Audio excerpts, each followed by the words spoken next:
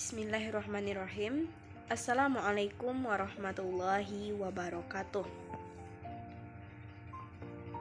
Kami dari kelompok 1 akan mempresentasikan video pembelajaran pada mata kuliah Psikologi Pendidikan yang beranggotakan saya Rizky Handayani NIM 2014-040006 bersama rekan saya Dina Fadilah Nasution NIM 2014-040015.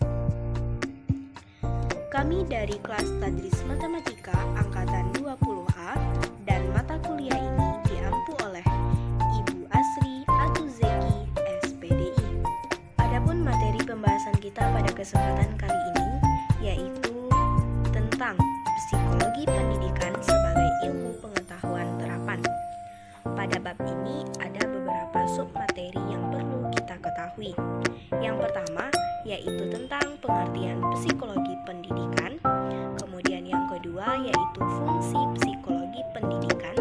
Yang ketiga psikologi pendidikan dan pembelajaran. Dan yang keempat yaitu peranan guru sebagai pendidik. Nah, untuk yang pertama kita masuk pada materi pengertian psikologi pendidikan. Psikologi pendidikan berasal dari dua kata, yaitu psikologi dan pendidikan. Psikologi berasal dari bahasa Yunani, yaitu psyche yang berarti jiwa, dan roh, dan logos yang berarti ilmu.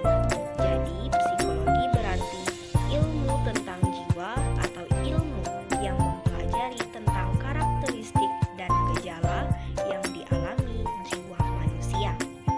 Sedangkan pendidikan dalam bahasa Inggris adalah education dan berasal dari bahasa Latin educate yang dapat diartikan sebagai kegiatan pembimbingan keberlanjutan.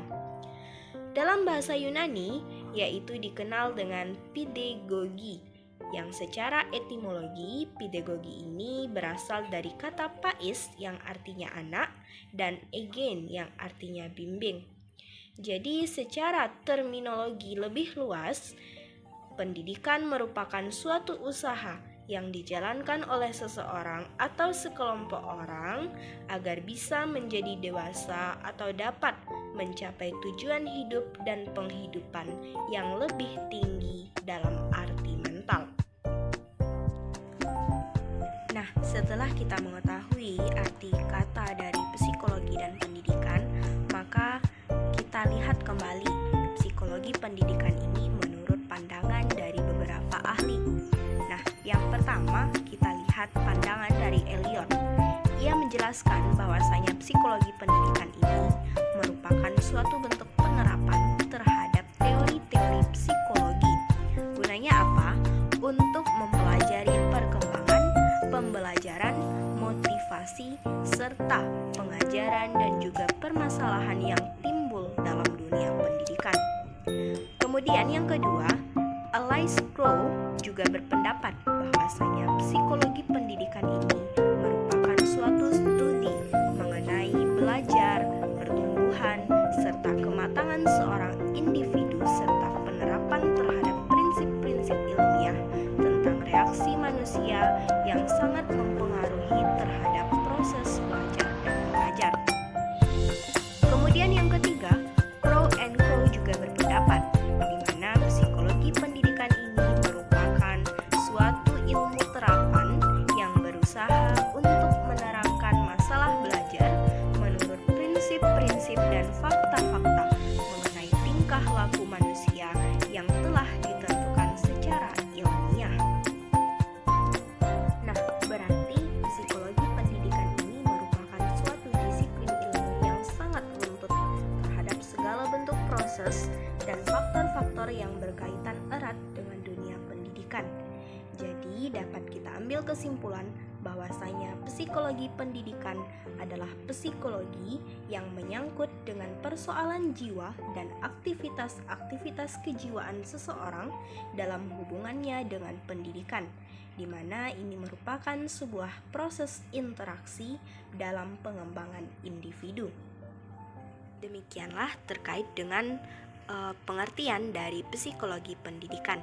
Kemudian untuk submateri selanjutnya akan dijelaskan oleh rekan saya, Dina Fadilah Nasution. Baiklah, saya Dina Fadilah Nasution akan menjelaskan submateri yang kedua, yaitu fungsi psikologi pendidikan. Psikologi pendidikan menjadi kebutuhan setiap orang yang menyadarinya dirinya sebagai pendidik dan calon pendidik.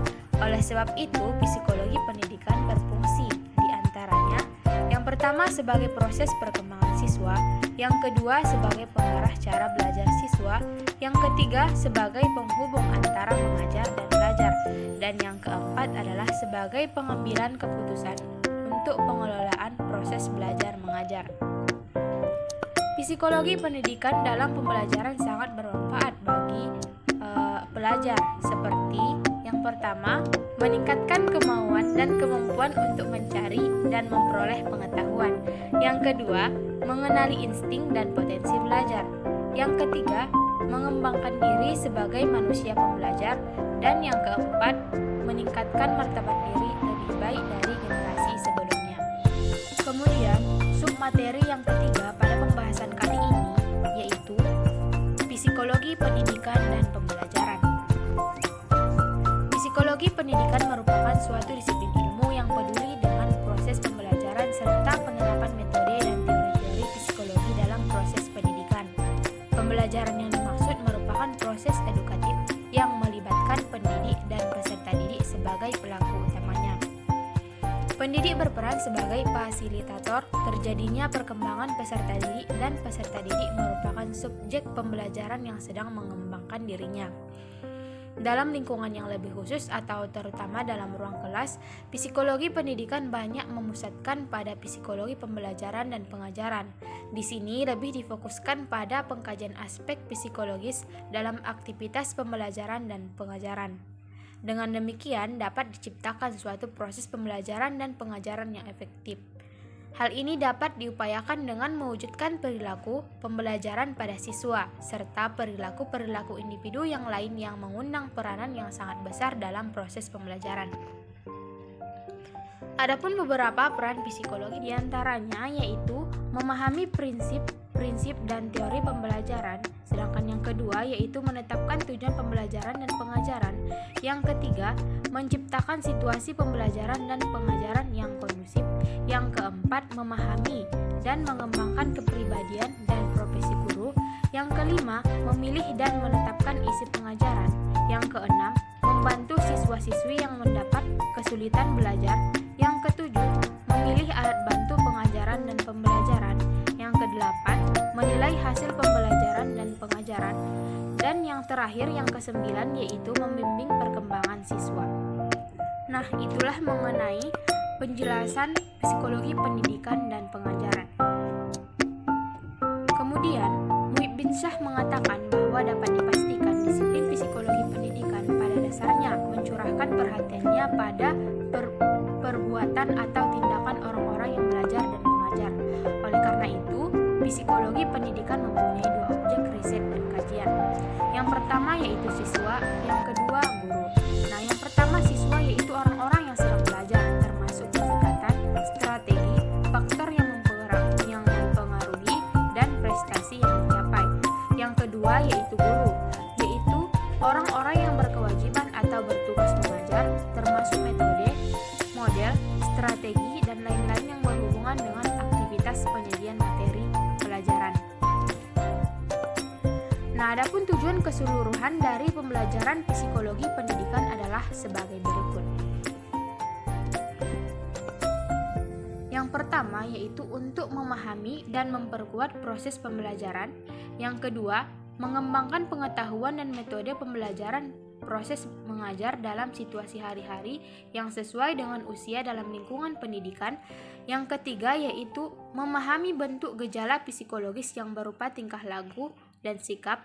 Yang keempat, memahami kemampuan dan potensi siswa dalam proses pembelajaran.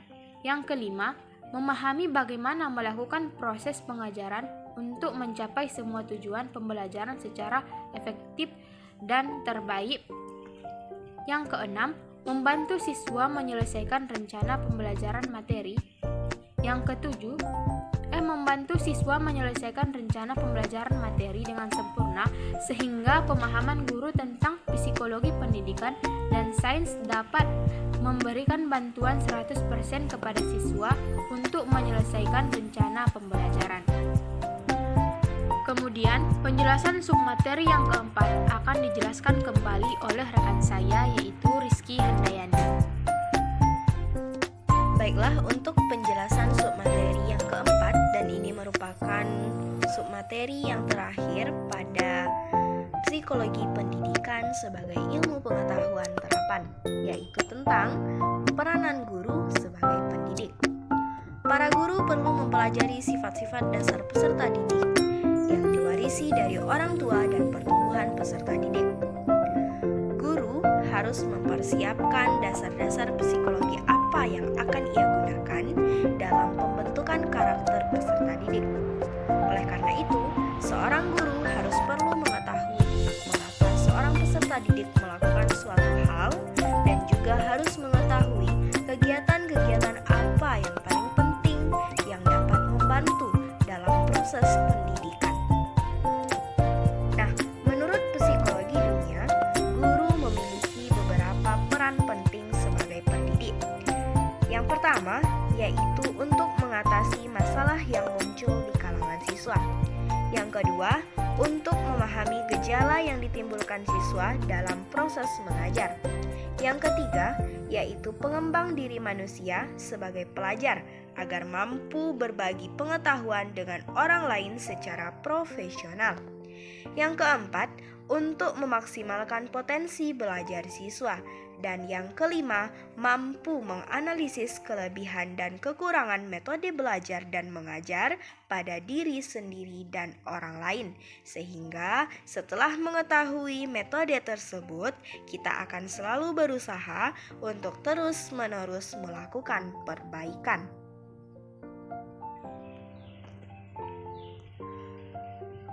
Kemudian selanjutnya, peran guru yang diharapkan dengan pertimbangan psikologi, yaitu yang pertama, merumuskan tujuan pembelajaran dengan tepat.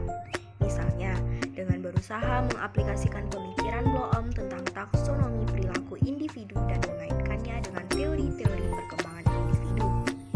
Kemudian yang kedua, memilih strategi atau metode pembelajaran yang sesuai. Hal ini agar mampu mengaitkan karakteristik dan keunikan individu, jenis belajar, gaya belajar, dan tingkat perkembangan yang sedang dialami oleh peserta didiknya. Kemudian yang ketiga, memberikan bimbingan atau konseling. Hal ini guna memberikan bantuan psikologis yang tepat dan benar melalui proses interpersonal yang penuh dengan keakraban dan kehangatan. Kemudian selanjutnya yaitu memfasilitasi dan memotivasi belajar peserta didik. Hal ini agar dapat mengembangkan potensi-potensi yang dimiliki oleh siswa. Contohnya seperti bakat, kecerdasan, minat, dan juga dorongan-dorongan lain kepada siswa agar mampu melakukan suatu perbuatan terkhusus dengan belajar. Kemudian yang kelima, menilai atau mengevaluasi hasil pembelajaran yang adil. Hal ini agar mendapatkan penilaian dengan penuh prinsip yang baik dalam menentukan hasil-hasil penilaian tersebut. Kemudian yang keenam, menciptakan iklim belajar yang kondusif. Hal ini agar dapat menimbulkan kenyamanan dan kesenangan dalam belajar bagi siswa. Dan yang terakhir yaitu berinteraksi secara tepat dengan siswanya. Hal ini yaitu gunanya pemahaman guru tentang psikologi pendidikan agar dapat mewujudkan interaksi dengan siswa yang lebih bijak, penuh simpati, dan menjadi sosok yang menyenangkan di hadapan siswanya. Jadi, ilmu psikologi pendidikan ini akan dapat membantu guru dan tenaga kependidikan lain untuk memahami tingkah laku belajar anak didik, baik dari segi penjelasan maupun dalam keadaan belajar siswa tersebut apakah sudah baik atau